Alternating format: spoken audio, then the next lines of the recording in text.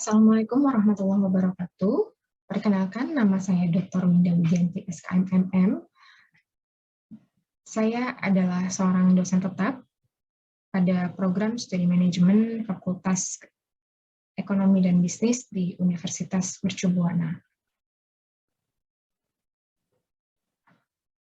Pada kesempatan kali ini, saya akan menjelaskan tentang mata kuliah perencanaan dan pengembangan sumber daya manusia. Mata kuliah ini diberikan pada mahasiswa semester 5 dengan bobot SKS 3 dengan persyaratan sudah menyelesaikan mata kuliah sumber daya manusia. Untuk deskripsi mata kuliah perencanaan dan pengembangan sumber daya manusia, bahwa mata kuliah ini memberikan pengetahuan dan kemampuan analisis kepada mahasiswa tentang pentingnya peranan perencanaan dan pengembangan SDM yang merupakan salah satu fungsi dalam manajemen sumber daya manusia. Pada mata kuliah ini, mahasiswa juga diberikan kemampuan dalam memperhitungkan kebutuhan SDM, ketersediaan sumber daya manusia, dan implikasi kebijakan terkait kondisi surplus ataupun kekurangan pegawai. Pengembangan sumber daya manusia membekali mahasiswa dengan kemampuan membuat analisis kebutuhan pelatihan, proses pelaksanaan kegiatan pelatihan, serta evaluasi pelaksanaan pelatihan sumber daya manusia. Untuk capaian pembelajaran mata kuliah, terdapat 6 poin. Yang pertama, mahasiswa mampu menggambarkan konsep kebutuhan tenaga kerja di lapangan. Yang kedua, mahasiswa mampu menganalisis konsep analisis jabatan, prinsip-prinsip dasar kompensasi, perkembangan SDM, dan konflik kerja.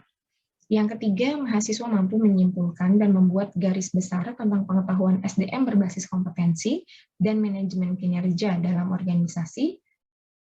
Kemudian yang keempat, mahasiswa mampu merinci bagian-bagian tentang strategi mengelola SDM, pelatihan SDM, pengembangan SDM, dan audit SDM.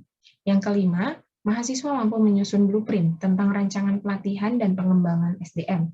Dan yang terakhir, mahasiswa mampu mendemonstrasikan presentasi komunikasi secara lisan dan tulisan terkait kedisiplinan karyawan.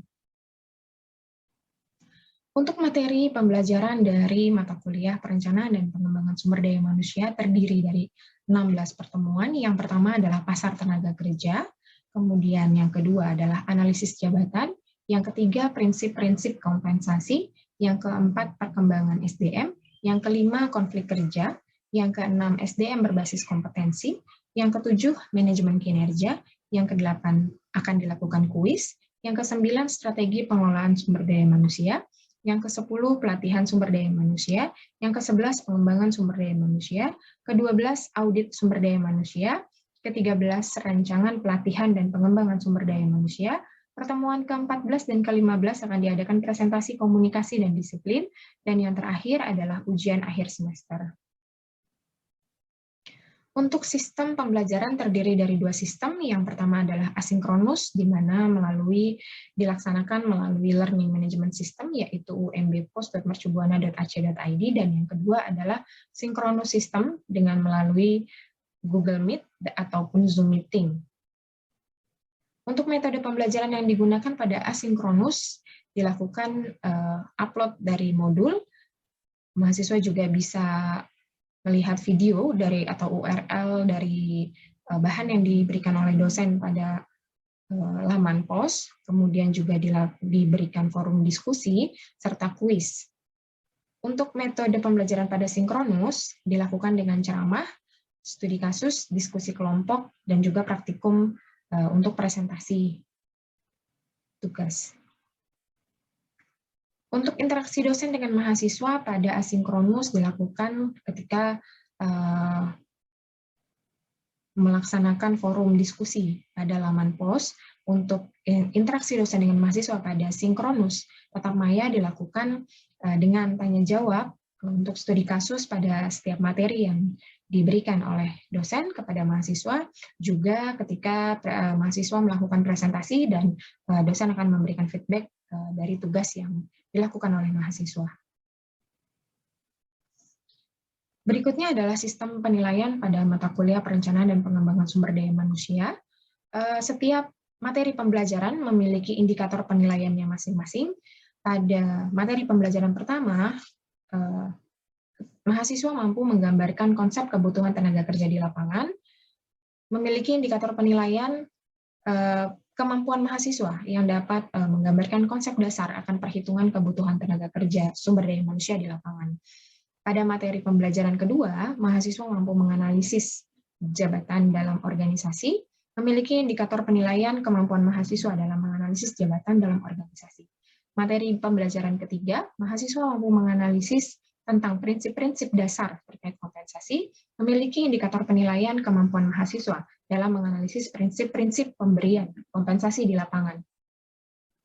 Materi pembelajaran keempat, mahasiswa mampu menganalisis terkait perkembangan SDM, memiliki indikator penilaian tingkat kemampuan mahasiswa dalam menganalisis perkembangan SDM yang terjadi di lapangan. Materi pembelajaran kelima, mahasiswa mampu menganalisis terkait konflik kerja, memiliki indikator penilaian tingkat kemampuan mahasiswa menganalisis terkait dengan konflik kerja yang terjadi di lapangan. Untuk materi pembelajaran ke-6, mahasiswa mampu menggarisbesarkan dan menyimpulkan pengetahuan tentang SDM berbasis kompetensi, memiliki indikator penilaian tingkat kemampuan mahasiswa menggarisbesarkan pengetahuan tentang SDM berbasis kompetensi. Materi pembelajaran ke-7, mahasiswa mampu menggarisbesarkan menyimpulkan tentang manajemen kinerja SDM, memiliki indikator penilaian kemampuan mahasiswa menyimpulkan tentang manajemen kinerja dalam organisasi. Materi pembelajaran ke-8, mahasiswa mampu menggarisbesarkan dan menyimpulkan materi sebelumnya melalui kuis, memiliki indikator penilaian, tingkat kemampuan menyimpulkan materi sebelumnya dengan kuis. Untuk materi pembelajaran ke-9, mahasiswa mampu merinci bagian-bagian tentang strategi mengelola SDM, memiliki indikator penilaian tingkat kemampuan mahasiswa merinci bagian-bagian tentang strategi mengelola SDM.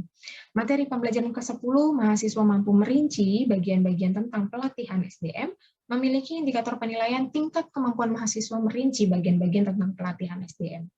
Materi pembelajaran ke-11 tentang mahasiswa merinci bagian-bagian tentang pengembangan SDM, memiliki indikator penilaian tingkat kemampuan mahasiswa merinci bagian-bagian tentang pengembangan SDM. Materi ke-12, mahasiswa mampu merinci tentang audit SDM, indikator penilaiannya tingkat kemampuan mahasiswa merinci bagian-bagian tentang audit SDM. Materi pembelajaran ke-13, mahasiswa mampu menyusun rancangan blueprint, perencanaan atau perancangan pelatihan dan pengembangan SDM, memiliki indikator penilaian tingkat kemampuan mahasiswa menyusun blueprint, rancangan pelatihan dan pengembangan SDM. Materi pembelajaran ke-14, mahasiswa mampu mendemonstrasikan kemampuan komunikasi secara lisan dan tulisan terkait kedisiplinan karyawan, memiliki indikator penilaian tingkat kemampuan mahasiswa mendemonstrasikan kemampuan berkomunikasi baik secara lisan dan tulisan terkait dengan kedisiplinan karyawan.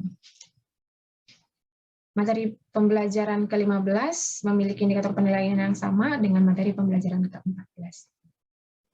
Berikutnya adalah teknik penilaian mata kuliah perencanaan dan pengembangan sumber daya manusia sesuai dengan kurikulum yang telah dilakukan oleh Universitas Mercu Buana semenjak tahun 2020, yaitu Outcome Based Education atau OBE, maka matriks asesmen dan capaian pembelajaran mata kuliah dilakukan melalui 4 poin, yaitu asesmen coursework 1 dan 2, juga nanti ada coursework 3, serta UAS dengan bobot masing-masing untuk coursework. Yang pertama 20%, coursework yang kedua 20%, dan coursework yang ketiga 30%. Dan untuk nilai ujian akhir semester memiliki bobot 30%. Dengan pembagian capaian pembelajaran mata kuliah masing-masing, mulai dari CPMK 1 sampai dengan CPMK 6, yang dibagi menjadi 4 poin dari asesmen tersebut. Untuk coursework, bisa dalam bentuk tugas, kuis, tes, praktikum, maupun peer assessment dan presentasi. Untuk syarat kelulusan dari coursework yang pertama, nilai minimum adalah 68, begitu juga dengan coursework kedua, ketiga, dan nilai UAS memiliki nilai minimum yang sama, yaitu 68 untuk kelulusannya. Berikut adalah instrumen penilaian yang digunakan untuk mata kuliah perencanaan dan pengembangan sumber daya manusia. Mahasiswa akan diberikan informasi dan penjelasan melalui tatap muka dan akan juga disubmit di laman post untuk coursework 1, 2, dan 3, serta untuk pelaksanaan UAS yang juga dilakukan melalui daring selama masa pandemi COVID. Yang akan diinformasikan kepada mahasiswa adalah poin-poin penilaiannya, kemudian arahan untuk mengerjakan coursework tersebut, dan juga untuk penilaian ujian akhir semester juga akan diberikan penjelasan yang mendetail tentang bobot-bobot yang dimiliki dari setiap masing-masing soal. Demikian penjelasan tentang mata kuliah Perencanaan dan Pengembangan Sumber Daya Manusia. Berikutnya adalah rekaman ketika dilakukan tatap maya materi pembelajaran untuk perkuliahan keempat pada kelas mata kuliah Perencanaan dan Pengembangan Sumber Daya Manusia. Terima kasih.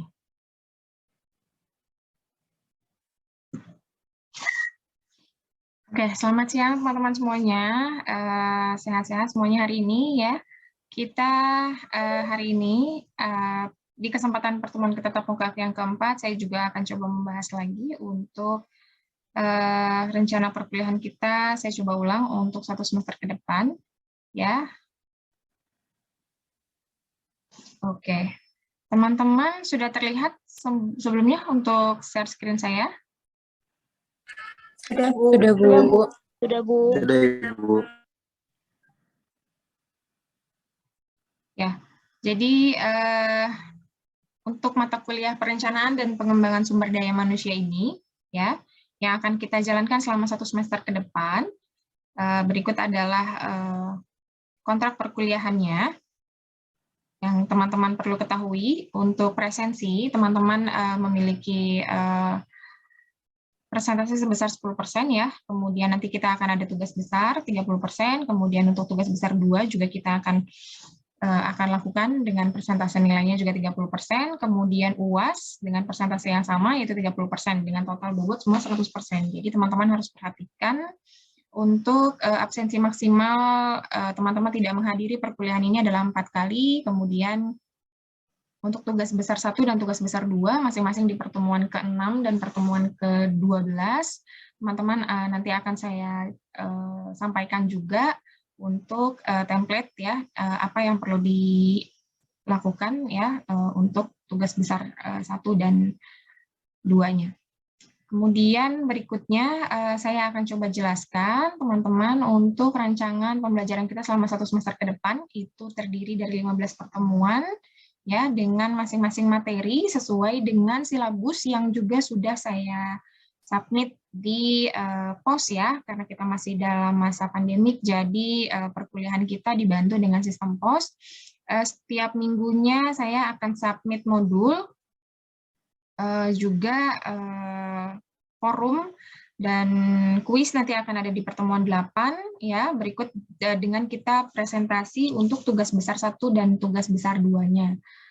Ya, kemudian ini adalah tugas besar 1 yang nanti akan teman-teman lakukan ya, tugas besar 2 dengan chapter yang berbeda. Kemudian saya juga sudah buatkan pembagian untuk kelompoknya ya, dari total 34 mahasiswa, teman-teman nanti tinggal lihat di sini masuk ke dalam kelompok yang mana untuk tugas besar 1 dan tugas besar 2-nya.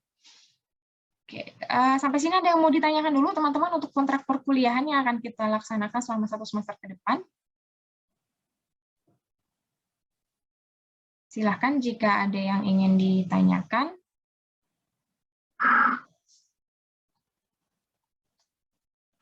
Tidak ada, Bu. Jelas untuk kontrak perkuliahannya?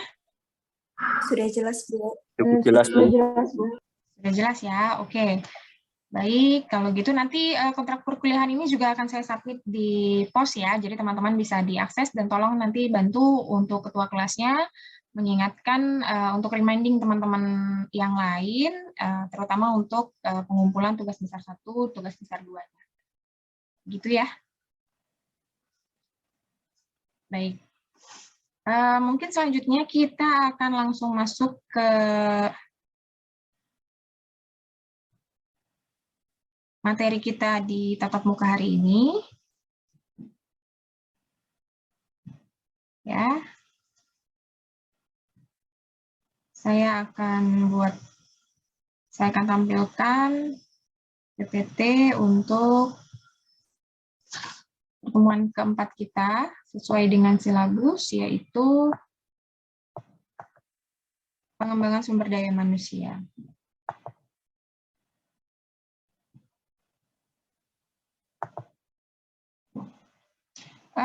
Modul ini sudah saya submit di pos, teman-teman sudah bisa akses, baik dalam bentuk PDF-nya maupun dalam bentuk PPT-nya, ya. Kemudian juga saya sudah buatkan forum, ya, di dalam pos itu untuk teman-teman bisa berdiskusi, ya. Juga jika ada penjelasan dari saya di tatap muka hari ini yang teman-teman belum jelas dan belum sempat ditanyakan, bisa dilanjutkan di forum diskusi di pos, ya.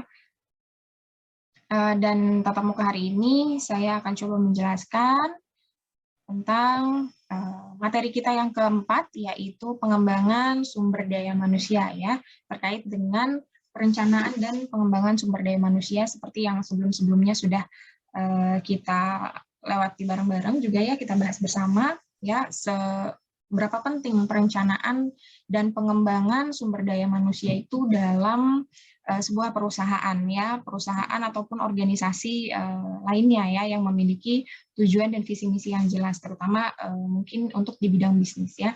Nah, diawali dengan asal dan perkembangan dari human resource management, ya.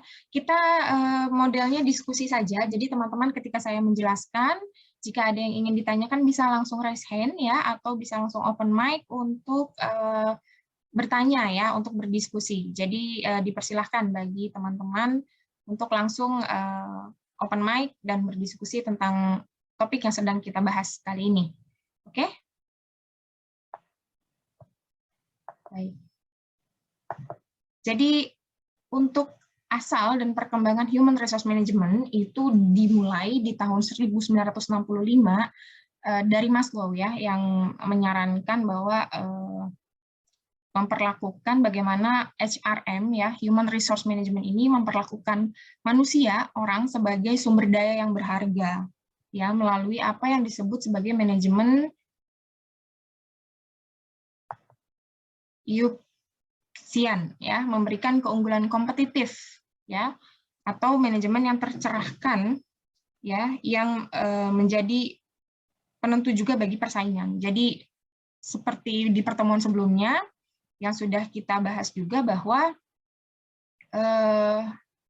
sebelumnya manusia itu ditempatkan atau human resource management itu fokus pada hal-hal yang sifatnya administratif, gitu, ya. Jadi hanya melakukan pendataan, absensi, kemudian penggajian, begitu, ya. Tapi seiring dengan perkembangan waktu, ya, dengan teori-teori yang juga dikembangkan dari hasil-hasil penelitian, juga best practice yang terjadi di lapangan, itu sudah ditemukan atau sebuah teori, ya, dikembangkan sebuah teori yang bersifat lebih strategik, begitu, di mana menempatkan manusia itu lebih kepada sebagai modal kapital, begitu, ya, bukan lagi hanya sebagai sumber daya resources yang hanya menjalankan tugas-tugas administratif, begitu, tapi lebih kepada bagaimana bisa dimanfaatkan atau dioptimalkan pemikiran-pemikirannya yang bisa membuat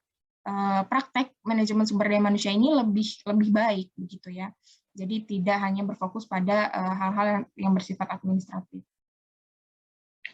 Nah, manajemen gaya lama menempatkan perusahaan pada posisi yang semakin tidak menguntungkan dalam persaingan, ya, dengan perusahaan lain yang berada di bawah manajemen yang tercerahkan, ya, dan menghasilkan produk yang lebih baik. Jadi diharapkan dengan perkembangan manajemen sumber daya manusia yang semakin lama semakin bersifat lebih strategik untuk keunggulan bersaing bagi sebuah perusahaan, ya, itu diharapkan akan membawa dampak yang lebih baik, ya, bagi keberlangsungan perusahaan, ya, baik dari sisi profitabilitas, sustainability-nya, ya, juga keunggulan bersaingnya. begitu. Ya, dia bisa berkembang. Akhirnya pada akhirnya diharapkan perusahaan ini bisa berkembang dan bertahan ya, bersaing dengan kompetitor-kompetitornya.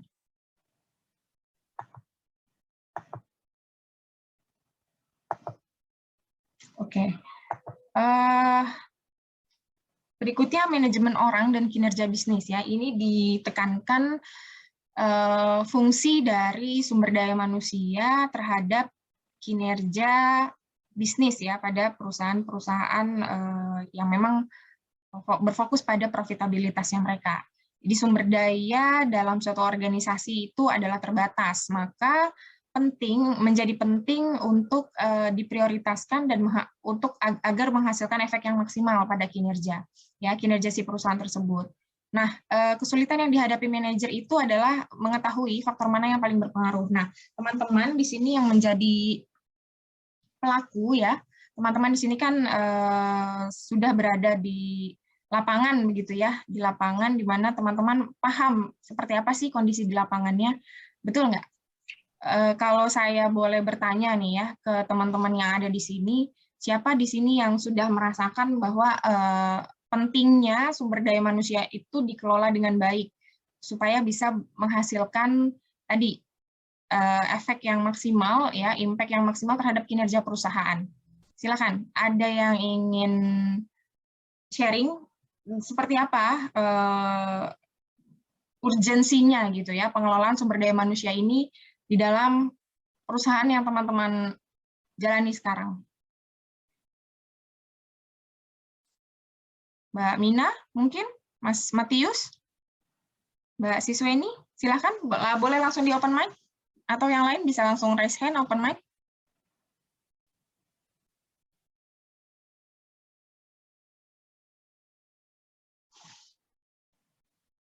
Boleh Mbak Mina sharing tentang perusahaannya seperti apa pengelolaan SDM-nya? Ya, izin Bu Winda.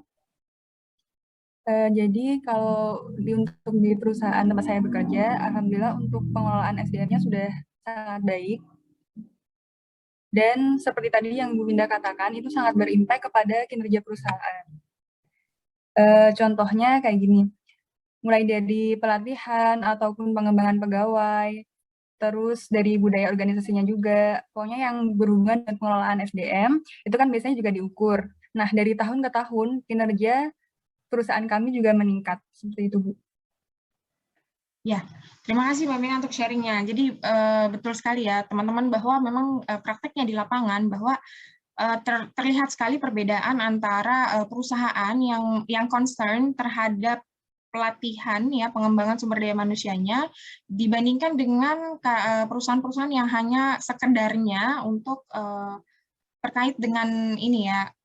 Nanti itu bisa juga disebut kita mengarahkannya ke learning organization gitu ya. Jadi memang ada perusahaan-perusahaan yang fokus pada pengembangan sumber daya manusianya, di mana dia memposisikan perusahaannya itu sebagai tempat belajar bagi karyawannya, bagi pegawainya gitu. Jadi tidak hanya sekedar memanfaatkan atau mempekerjakan gitu ya, yang penting dibayar kompensasinya sesuai dengan perundang-undangan, sesuai dengan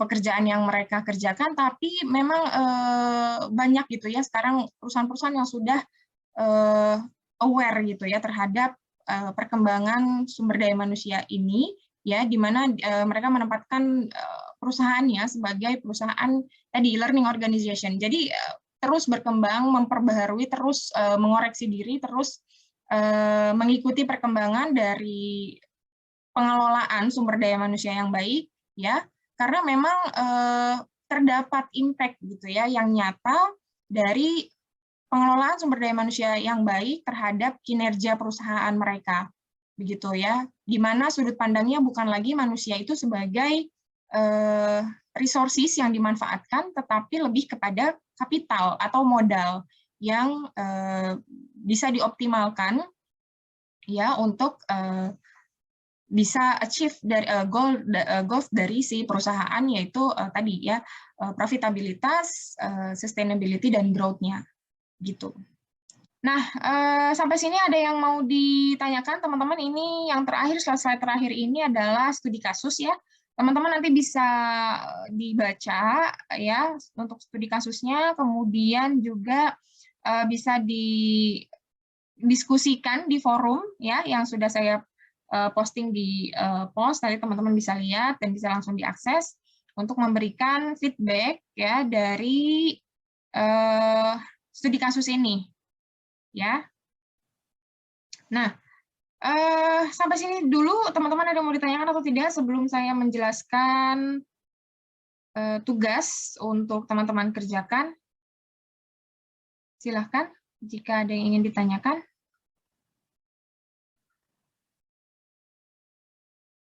Sudah cukup jelas untuk materi yang saya berikan, teman-teman?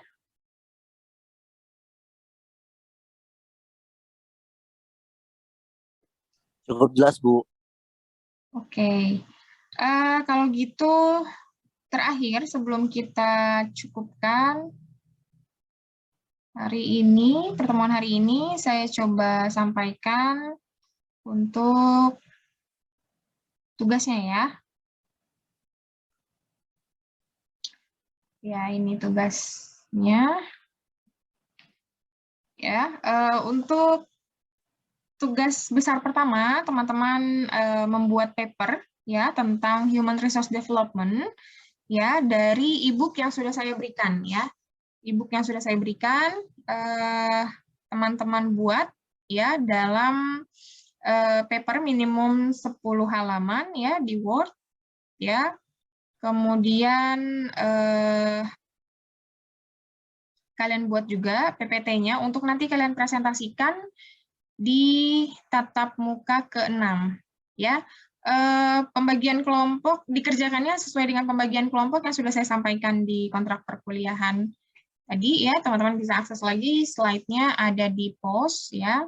Kemudian untuk kriteria penilaiannya ya, nanti saya akan menilai berdasarkan kriteria skala penilaian ini ya, mulai dari poin A sampai dengan E. Saya harapkan teman-teman bisa melaksanakan tugas dengan sangat baik ya, dan bisa mendapatkan nilai A istimewa ya dengan